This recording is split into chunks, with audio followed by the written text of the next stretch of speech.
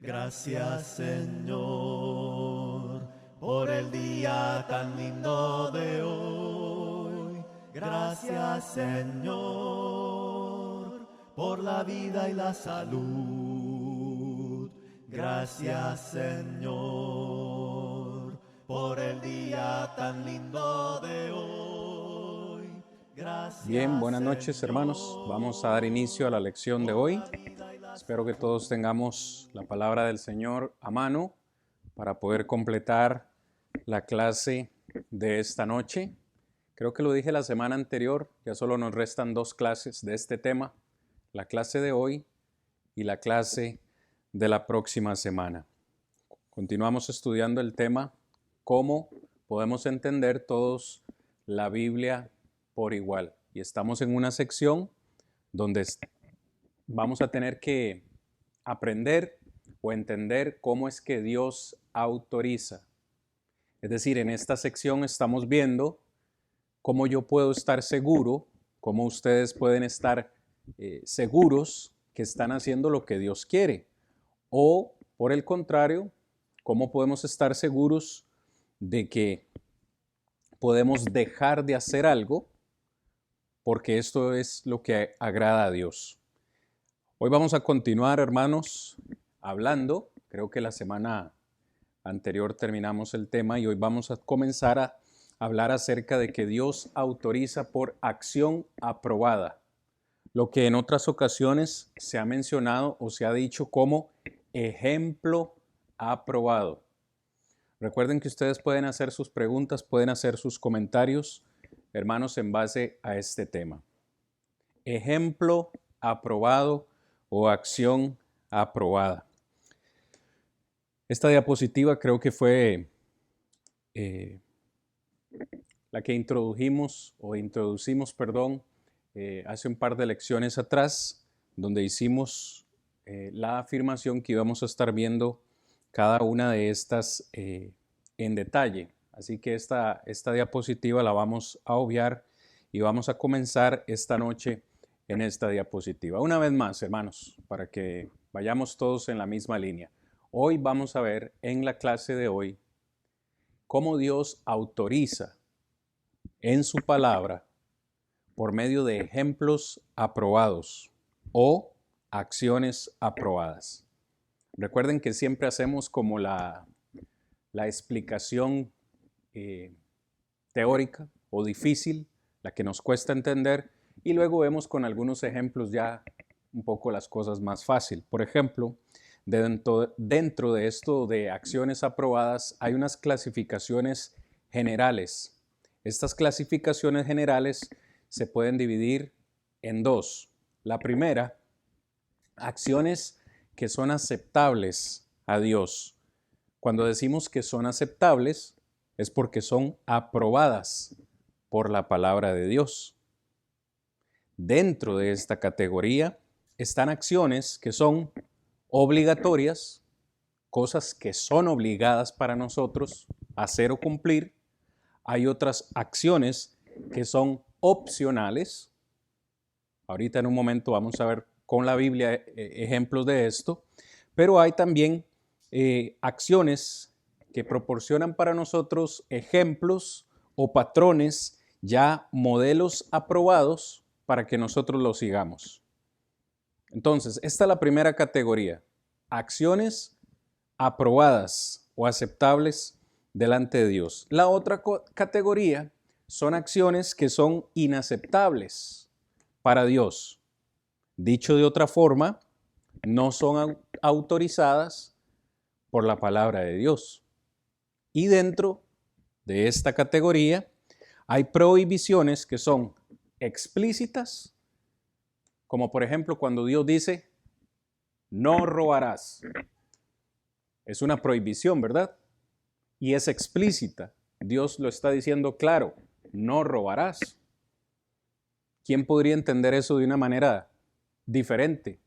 O sea, yo leo un versículo que dice, no robarás, creo que se entiende claramente, no hay opción. Es una orden explícita. Pero también hay prohibiciones que son implícitas, como vimos la semana anterior. algo que es explícito y algo que es implícito.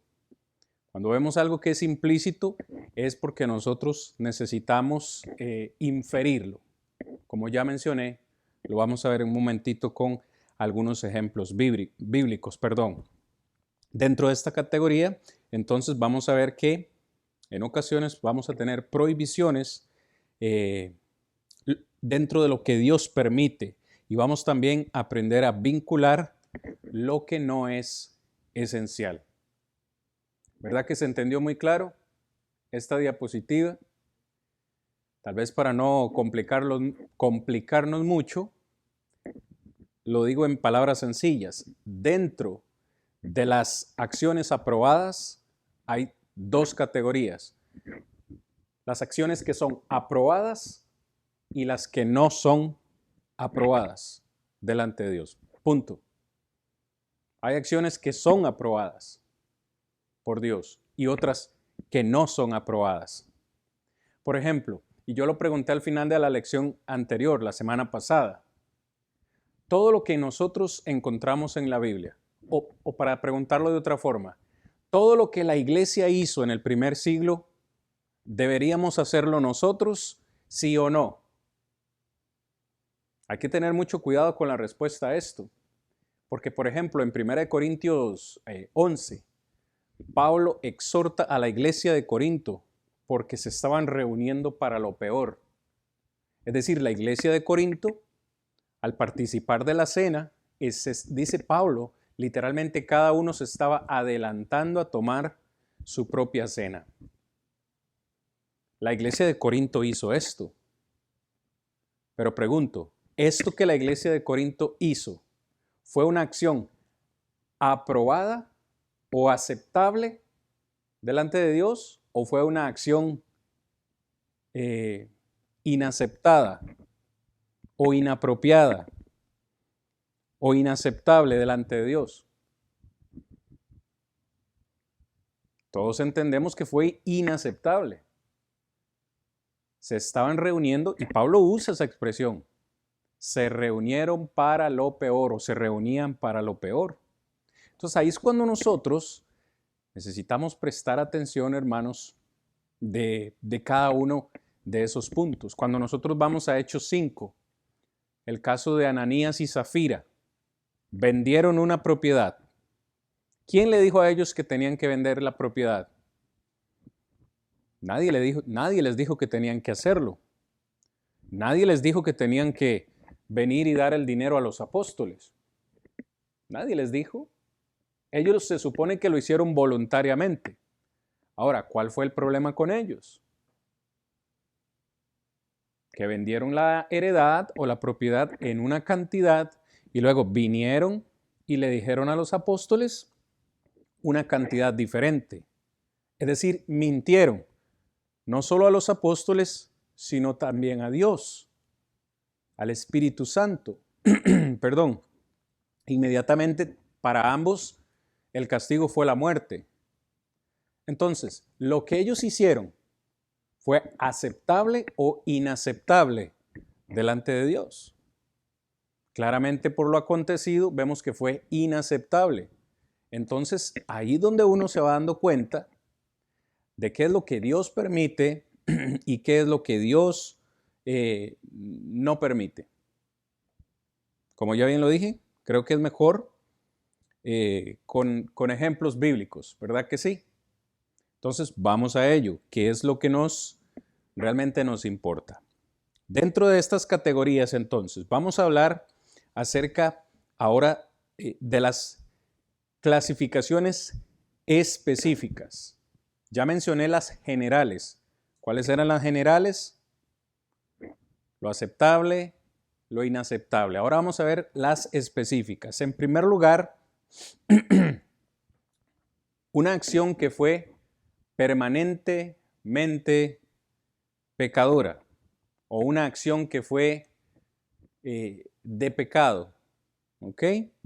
El primer ejemplo, Mateo capítulo 26, 47 al 49, donde se nos relata esa traición de Judas. Sabemos la historia. La podemos leer textualmente hoy, pero sabemos la historia. ¿Qué fue lo que hizo Judas? Estamos hablando de una acción, ¿verdad?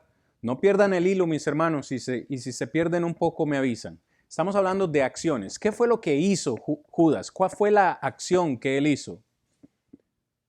Traicionar a Jesús, traicionar al Maestro. El texto nos dice que lo vendió por 30 piezas de plata. Encontramos una acción. Podríamos decir que como Judas traicionó, ¿es aceptable traicionar?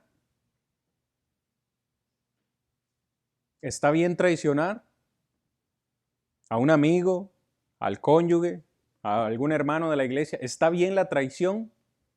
Vea la categoría en la que estamos. Una acción que fue permanentemente pecado. Es decir, si la traición en tiempos de Jesús fue algo malo, ¿continúa siendo malo hoy, sí o no? ¿O es que la traición ha cambiado con el paso del tiempo?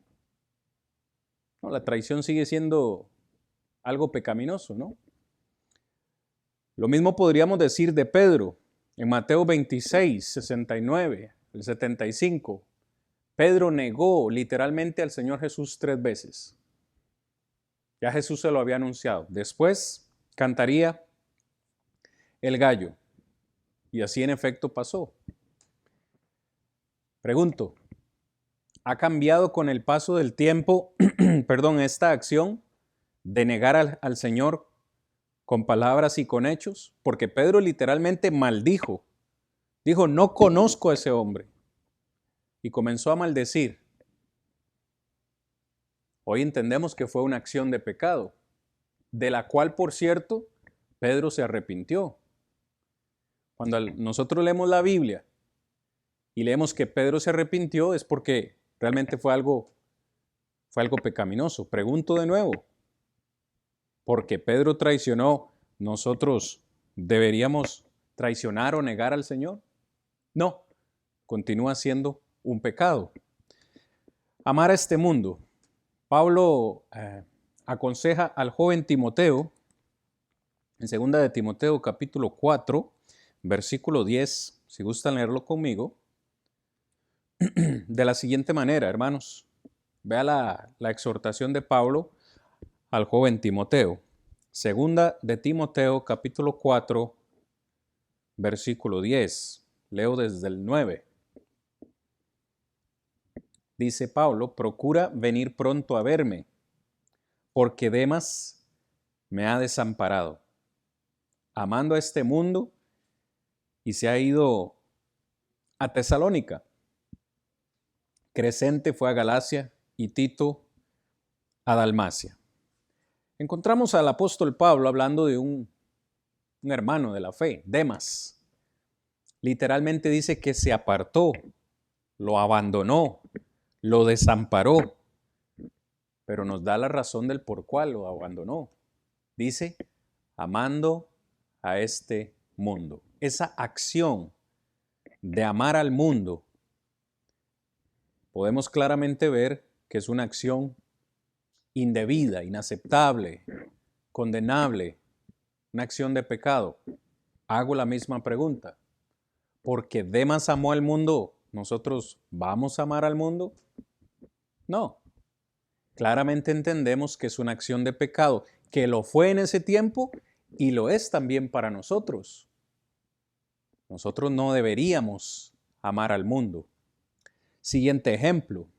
La iglesia del primer siglo, algunas de ellas, toleraron a los falsos maestros y toleraron algunas falsas doctrinas. En Apocalipsis capítulo 2, por ejemplo, versículos 14 y 15, encontramos un caso, uno de muchos, ¿no?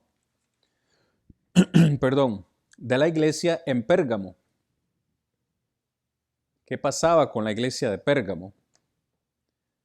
Dice Juan de la siguiente manera, Apocalipsis 2, versículo 14. Pero tengo unas pocas cosas contra ti, que tienes allí, escuche, en la iglesia, algunos que retienen la doctrina de Balaán, que enseñaba a Balac a poner tropiezo ante los hijos de Israel, enseñaban a comer de cosas sacrificadas a los ídolos y a cometer fornicación. Verso 15, y también tienes a los que retienen la doctrina de los nicolaitas, la que yo aborrezco. Muy bien. ¿Qué encontramos aquí en términos generales? Porque no podemos, al menos en esta clase, ponernos a hablar de la doctrina de Balaam, de la doctrina de los nicolaitas, pero sí encontramos en esta iglesia, y es a veces lo que a algunos les cuesta entender, que en una iglesia exista pecado. ¿Cómo va a existir pecado en la iglesia si ahí se supone que están los hijos de Dios, los que han sido lavados con la sangre del Cordero y demás? Bueno, esta iglesia tenía obras buenas, pero también en el versículo 13 les dice, donde está el trono de Satanás, pero retienes mi nombre y no has negado mi fe. Fíjense ustedes qué contradictorio. Una iglesia que retiene el nombre de Dios, no ha negado la fe, pero tienen ahí mismo en la iglesia el trono de Satanás. ¿Por qué? Porque estaban permitiendo dentro de la congregación a falsos maestros, por supuesto enseñando falsas doctrinas. La misma pregunta que he hecho hasta ahora. ¿Porque la iglesia de Pérgamo hizo esto o permitió esto, significa que nosotros vamos a hacer lo mismo? La respuesta es no. Encontramos que esta acción fue pecaminosa en ese tiempo y continúa siendo pecaminosa hoy. Por eso estamos diciendo en este primer punto, acciones que fueron o que son permanentemente pecado. Nunca va a ser bien robar, nunca va a ser bien mentir. Siempre, con el paso del tiempo, van a permanecer siendo pecado. No sé si me explico. Para pasar a la siguiente categoría, porque hay varias cosas que debemos ver esta noche. Por ejemplo, hay acciones que en el desarrollo de la iglesia o en el primer siglo fueron opcionales y fueron temporales. Cuando digo que son opcionales, me refiero a que no eran más bien acciones o mandamientos que alguien las podía hacer o no, pero que también fueron temporales, no son permanentes. Hermano, todavía sigo sin entender. Pongamos un ejemplo. Por lo menos en los primeros 11 capítulos del libro de los Hechos, nosotros encontramos a la iglesia del primer siglo predicando solamente a judíos. Es decir, Hechos capítulo 1, 2, 3, 4, 5, 6, 7, 8, 9, e incluso algunos consideran 10 y 11, ¿no?, como parte de... Pero cada uno de estos capítulos encontramos a la iglesia solamente predicando a los judíos. Ya Jesús había dicho que había que ir y predicar el evangelio a toda criatura. Ese fue el mandamiento, ¿no? ¿Me siguen? Pero por alguna razón la iglesia solo quedó concentrada en Jerusalén, predicando únicamente a los judíos. A ver si recuerdan, ¿qué fue lo que pasó? O ¿qué fue lo que utilizó Dios para que el evangelio se pudiese predicar a otras regiones? Si lo puedo preguntar de esta forma. No sé si lo recuerdan. Persecución, correcto. Si no hubiese habido persecución y la iglesia no hubiese tenido que esparcirse y salir de Jerusalén, porque en Jerusalén estaba esa persecución, si no se hubieran salido de ahí, quizás el evangelio no hubiera llegado a otros lugares. Pero entonces, relacionándolo con el tema que estamos viendo, fue una acción que fue opcional, pero que también fue temporal. Cuando digo que es temporal es porque eso cambió. Es decir, En el plan de Dios estaba que se predicase sí a los judíos, pero también a los gentiles. Y eso cambió desde Hechos capítulo 10, digamos, con la predicación de Pedro a Cornelio y su familia, y desde ahí hasta este tiempo. O sea, cambió. Y de hecho estaba en la mente de Dios que eso debía cambiar. Leamos, por ejemplo, Hechos 10, 27 al 28, para que veamos cómo el mismo Pedro lo puede o lo llega a comprender. Hechos capítulo 10, versículos 27 y 28.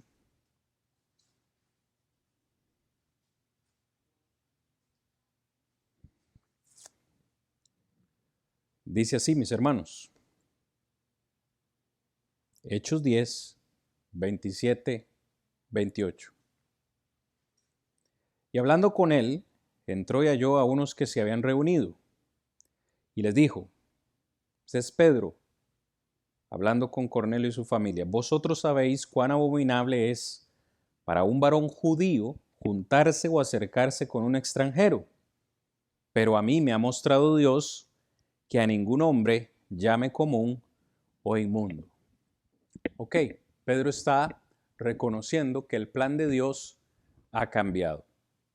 Ahora yo pregunto, nosotros, ¿podríamos predicarle el evangelio a un judío hoy?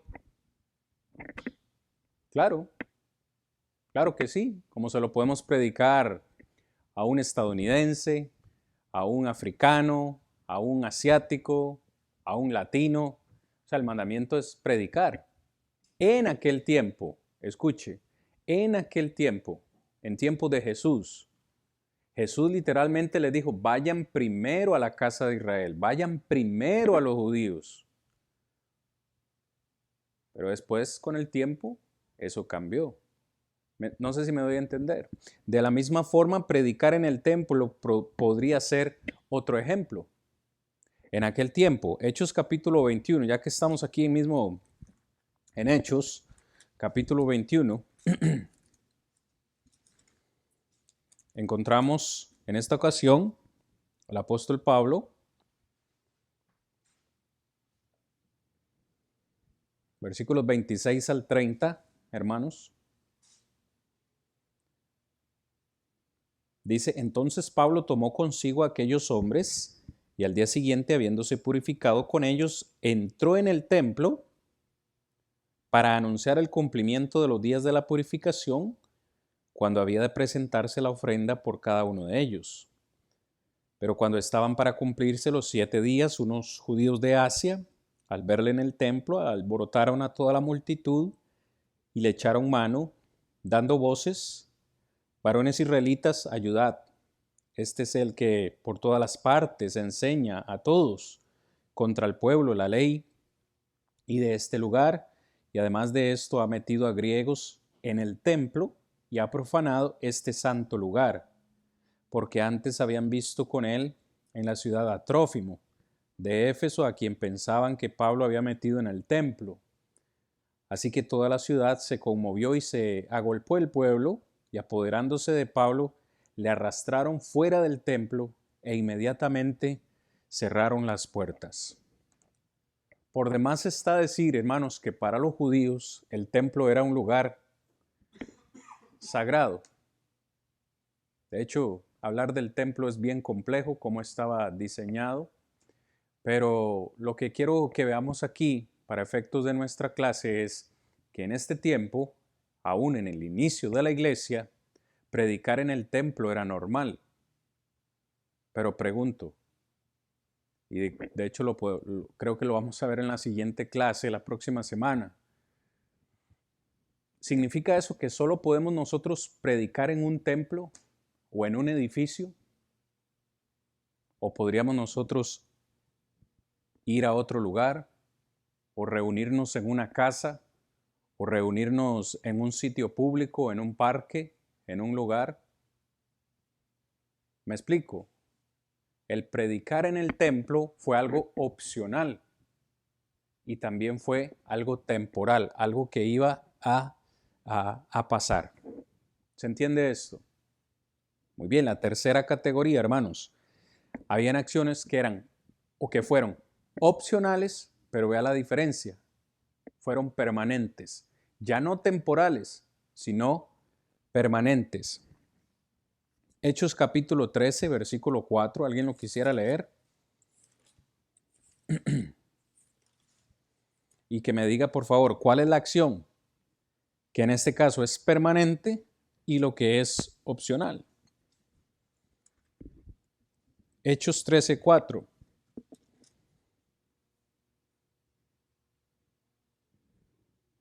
Por favor.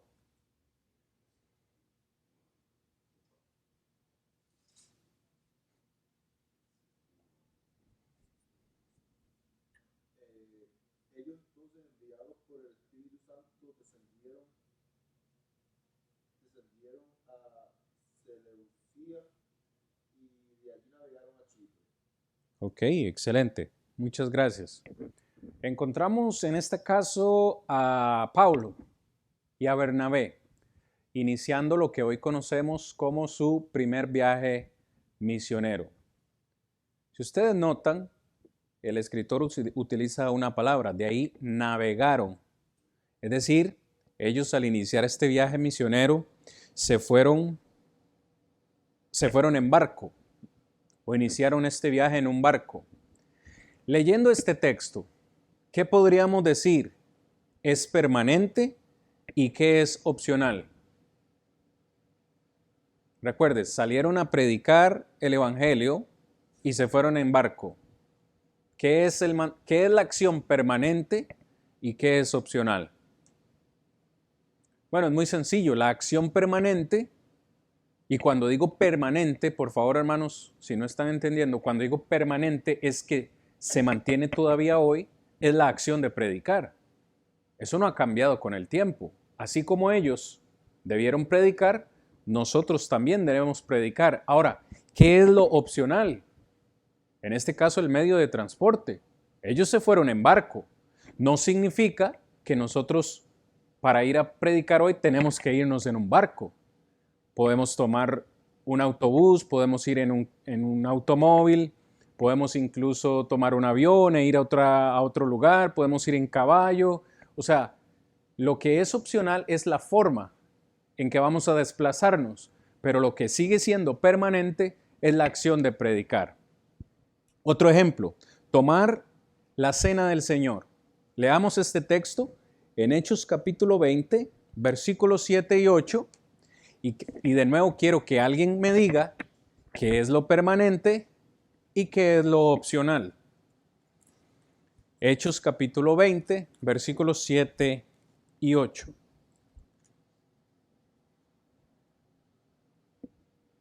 Lo leo y alguien me dice, ok, hermana.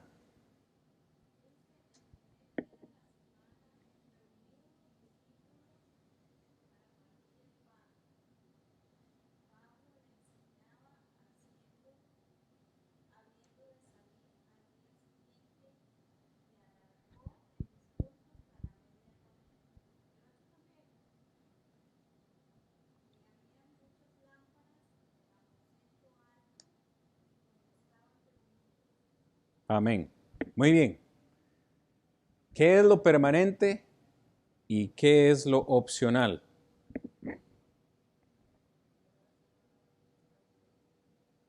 Ok, muy bien. La hermana Fran dice el día de la semana. Eso sigue siendo permanente. Debemos reunirnos el primer día de la semana. Muy bien. ¿Qué más? ¿Qué sigue siendo permanente?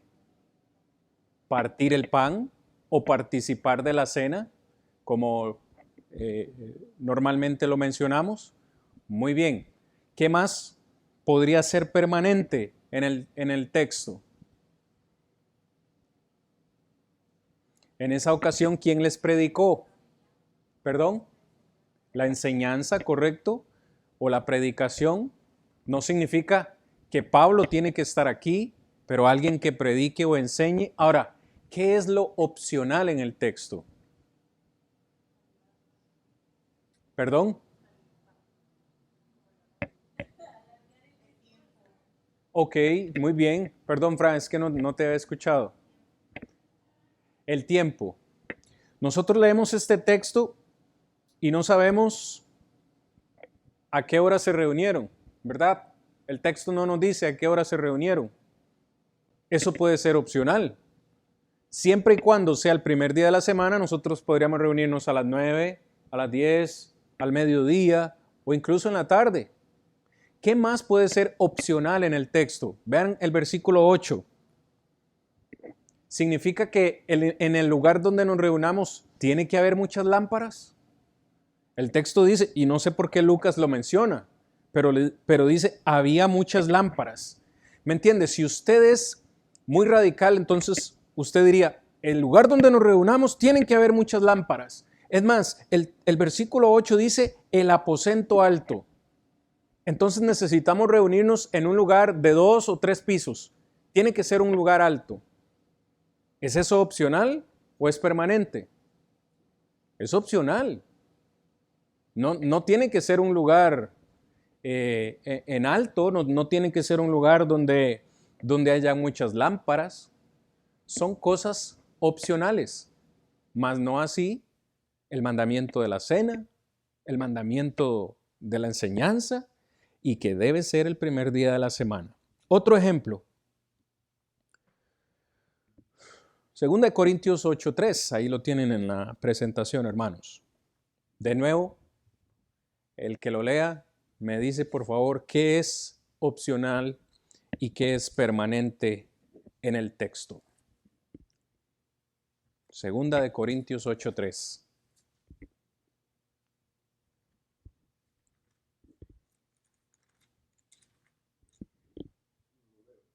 Por favor. Pues doy testimonio de que con agrado han dado conforme a sus fuerzas y aún más allá de sus fuerzas. Ok, muy bien. ¿Qué sería en este versículo, perdón, lo permanente y lo opcional? ¿Cuál es el mandamiento? Por cierto, Pablo está hablando acerca de la ofrenda, ¿verdad? Por contexto, desde el versículo 1 está hablando de la ofrenda. ¿Cuál sería el mandamiento? Dar, la acción de dar. En este caso, como ya lo mencioné, la ofrenda para el Señor. ¿Qué sería lo opcional que encontramos en ese versículo?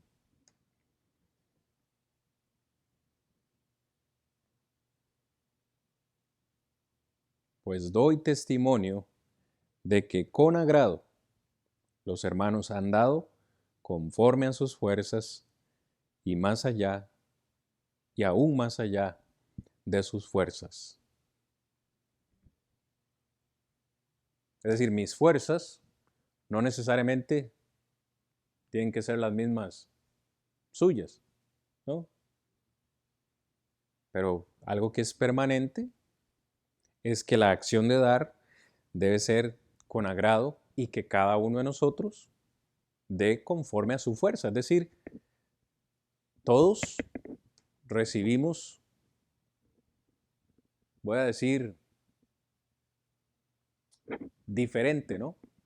Cada uno de nosotros tiene un trabajo diferente y no todos ganamos igual, no todos tenemos las mismas deudas, no todos tenemos los mismos compromisos, pero la acción de dar sigue estando ahí.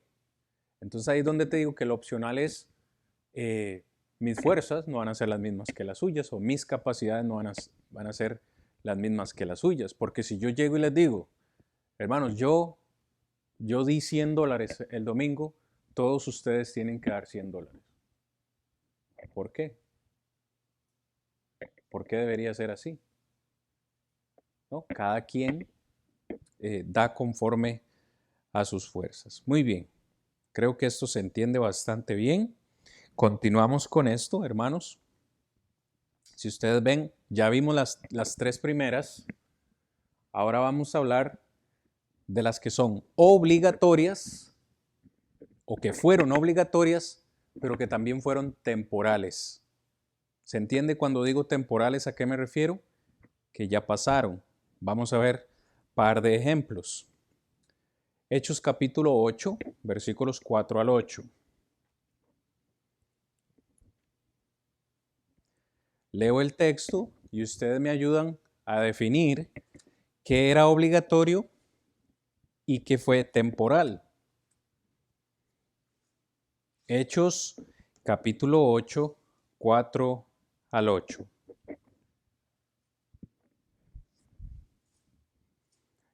Y esto que estamos haciendo hoy, hermanos, muchas personas no lo comprenden porque no han aprendido a hacer esta diferenciación. Creen que porque la iglesia hizo esto en el primer siglo, la iglesia lo tiene que seguir haciendo hoy. Y no es así, porque hay cosas que fueron temporales. Vean lo que dice el texto, versículo 4, Hechos 8:4.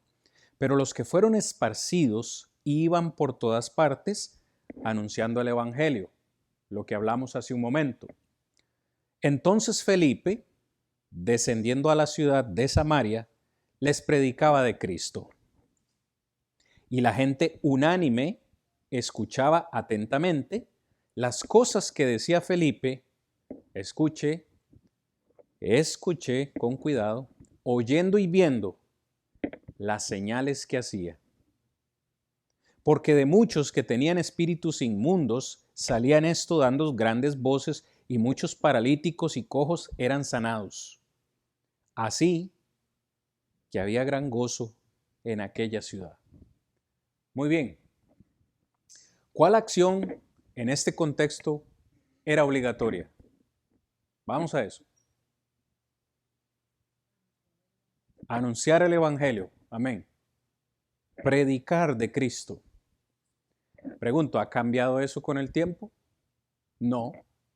Necesitamos seguir anunciando el evangelio. Necesitamos seguir predicando de Cristo. ¿Qué cosas en lo que acabamos de leer fueron temporales?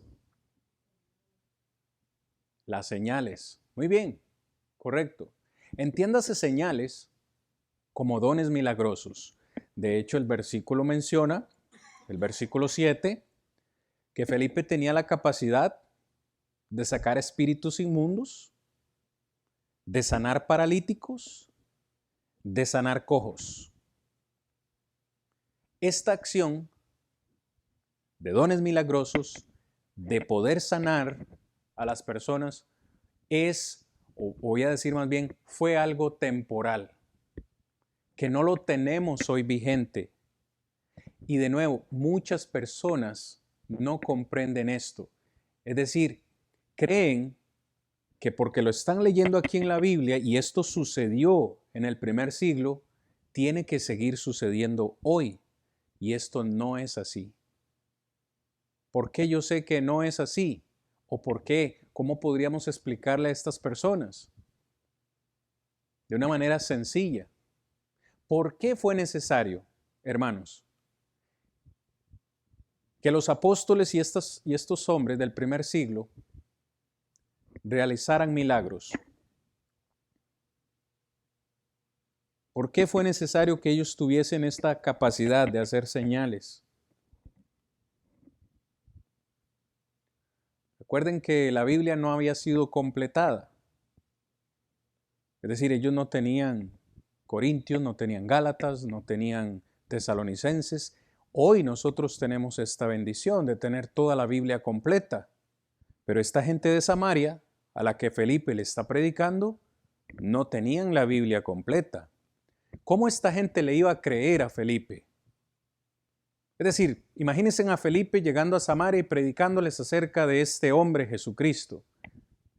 ¿Cómo ellos iban a creer a esa palabra? ¿Cómo sabemos, Felipe, que estás predicando realmente algo que viene de Dios?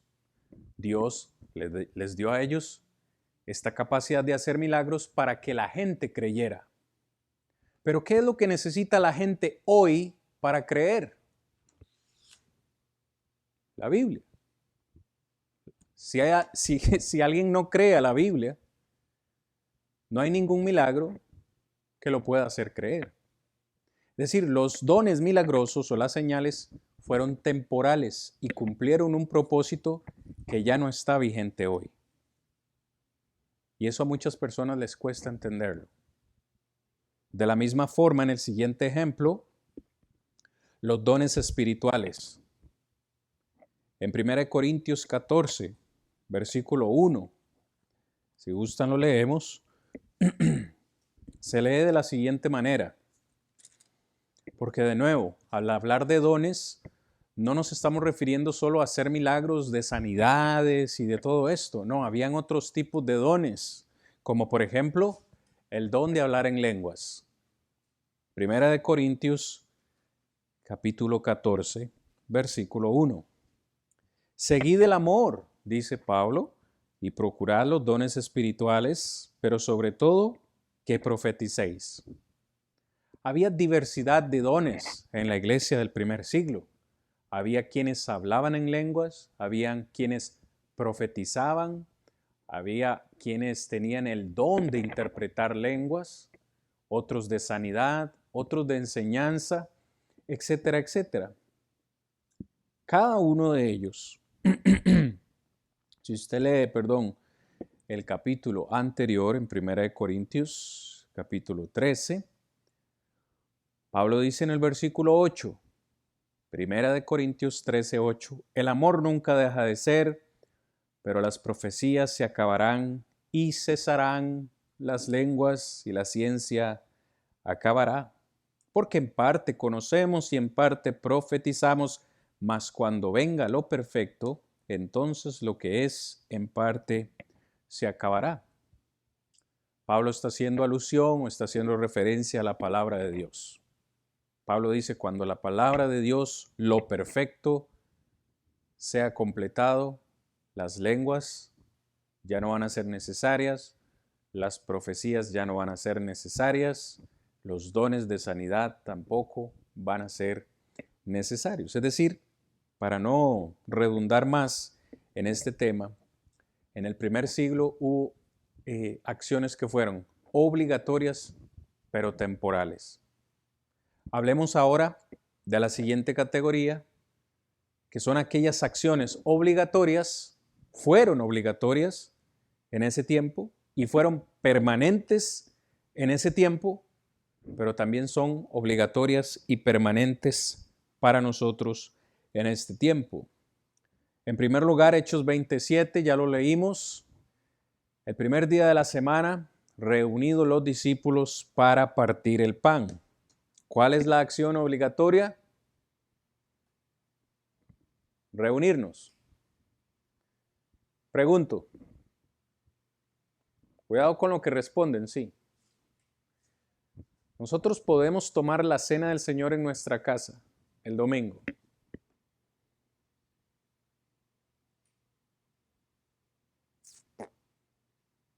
Allá en mi país, en una ocasión, un hermano bromeando, y de broma en broma se hizo un grupo, ¿no? Le llegaron a llamar la cena express. ¿Qué era la cena express? Hermanos que no se congregaban por una razón X. Entonces había un grupo de hermanos que iban hasta su casa y le dejaban la cena del Señor. Es decir, iban solo después del servicio, después del culto, el domingo, se iba un grupo de hermanos a visitar las casas de los hermanos que habían faltado, que no se habían reunido, y le decían, hermanos, aquí le traemos la cena, como si fuera un delivery, ¿no? Como que usted pida un DoorDash y le llevan la cena del Señor. Pregunto, a la luz de la Biblia, por supuesto, ¿es esto realmente correcto? Lo dejo ahí, porque pensamientos pueden haber, ¿verdad? Puede ser que el hermano faltó porque estaba enfermo. Puede ser que faltó porque estaba trabajando por la mañana, con lo del COVID. O puede ser que se fue a pasear y regresó hasta la tarde. Lo cierto del caso es que, para no entrar en debate, ¿verdad? El punto de la cena del Señor es que la iglesia se reunía. Reunidos, o sea, antes de tomar la cena, ¿cuál fue la primera acción que la iglesia tuvo que hacer? Venir toda junta y reunirse en un mismo lugar. reunidos los discípulos para partir el pan, Pablo les predicaba. Entonces hay una acción premeditada, la cual es que yo tengo la necesidad de venir a congregarme, de venir a reunirme con los demás miembros de la iglesia. Por supuesto, hay excepciones en las que ya he dicho, hay hermanos que no se podrán reunir porque están enfermos o porque trabajan o por la razón que sea. Pero de ahí a uno ya establecer, voy a decir, un mandamiento o una acción extra, como decir, vamos a organizar un grupo de hermanos para ir a hacer entregas de la cena del Señor casa por casa, yo no veo tal acción en la palabra de Dios. No que sea mala, de nuevo digo, pero le llevan la cena del Señor. ¿Y qué de los otros mandamientos? Porque el domingo no solo participamos de la cena, también cantamos. ¿Que no le llevan a un grupo de alabanza? También ofrendamos. ¿Por qué no le llevan la canasta de la ofrenda? También escuchamos la palabra de Dios. ¿Por qué no va alguien y le predica? ¿Me explico? Muy bien. Para no centrarme más en este punto, siguiente ejemplo ahí, de acciones obligatorias y permanentes. En Hechos capítulo 8, 35 al 39. De nuevo el caso de Felipe. Quiero leerlo porque me gusta mucho esa historia. En Hechos capítulo 8, versículos 35 al 39.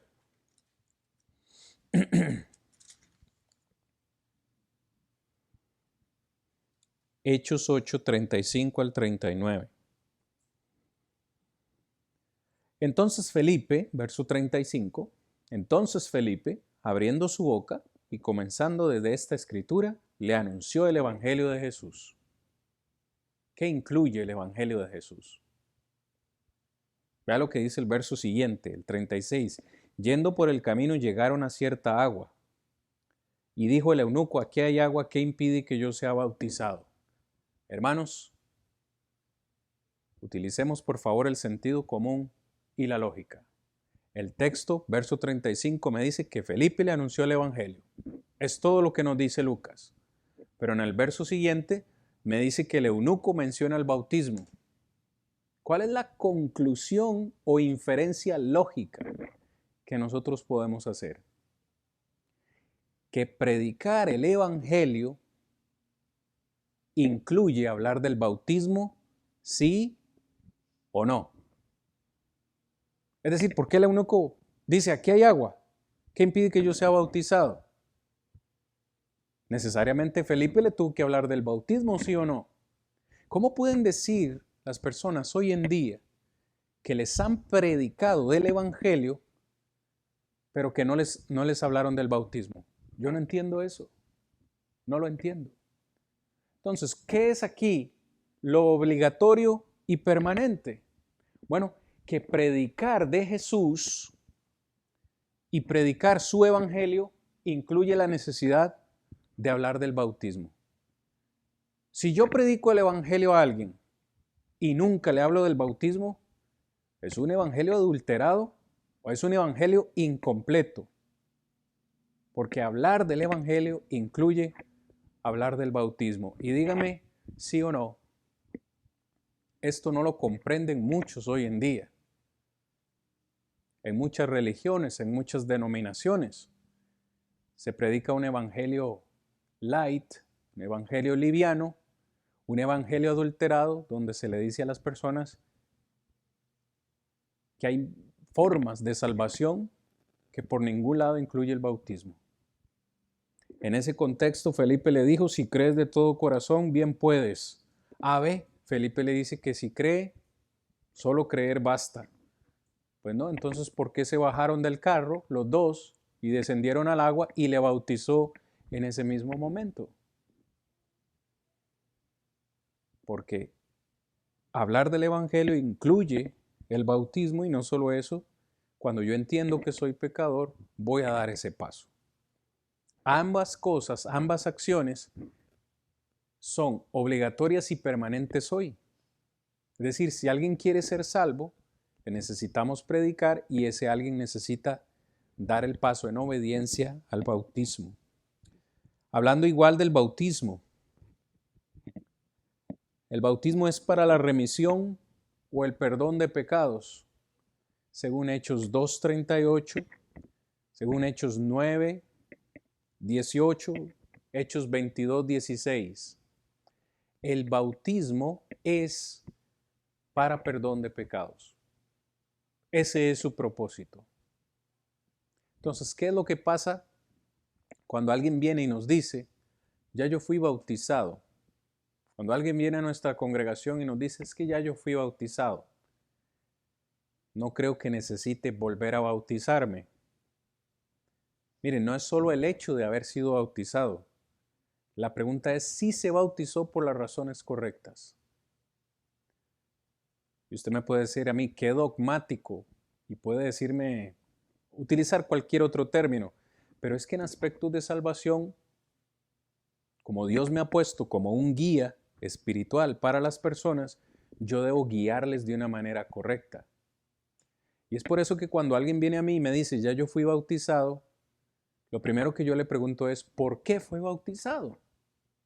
Porque no es solo el hecho de si fue o no fue bautizado, el hecho es si fue bautizado por la razón correcta y si le enseñaron el evangelio de una manera correcta, porque de lo contrario puede ser que esa persona simplemente se mojó en el agua.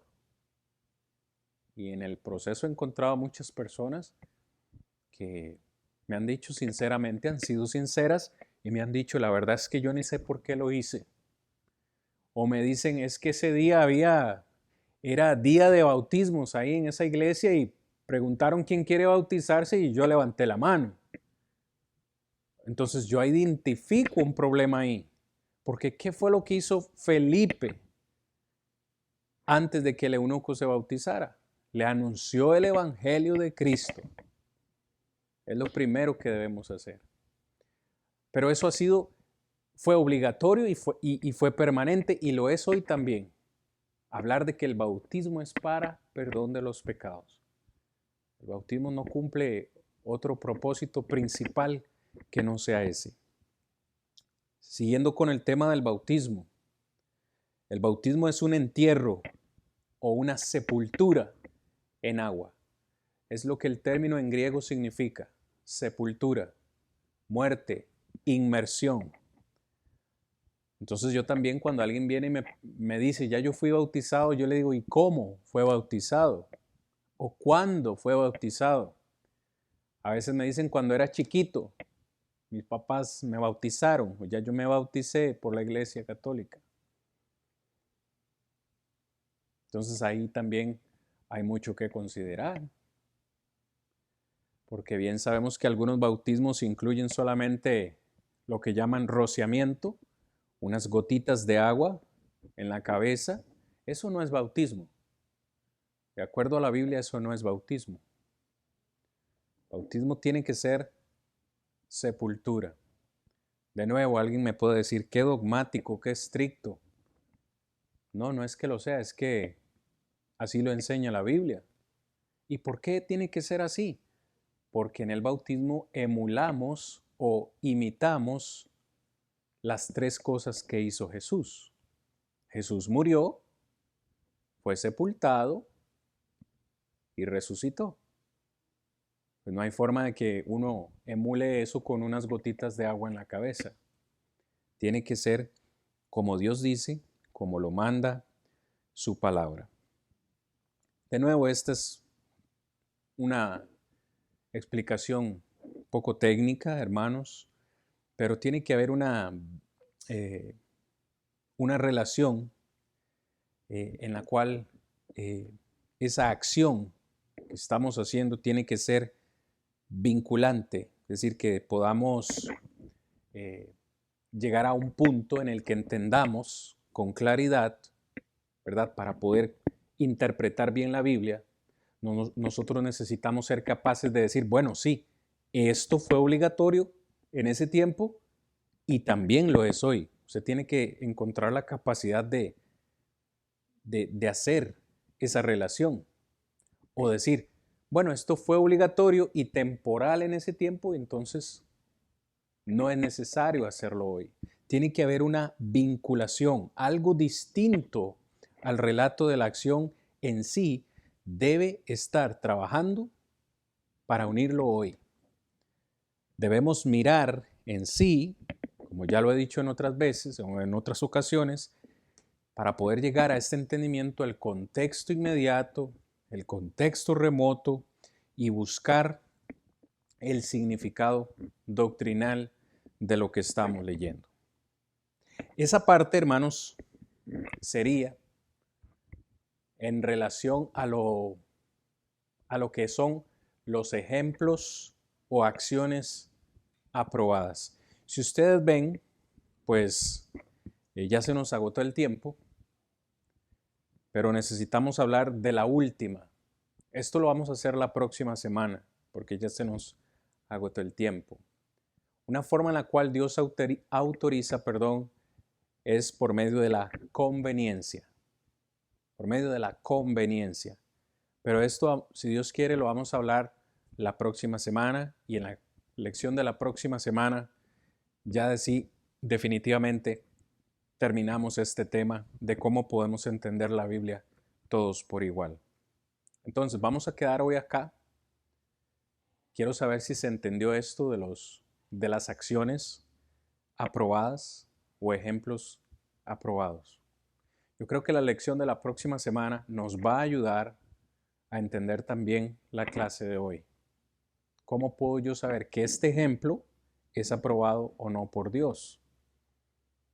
Y si no lo es, o sea, si lo debo hacer, si no lo debo hacer, ¿cómo puedo saber?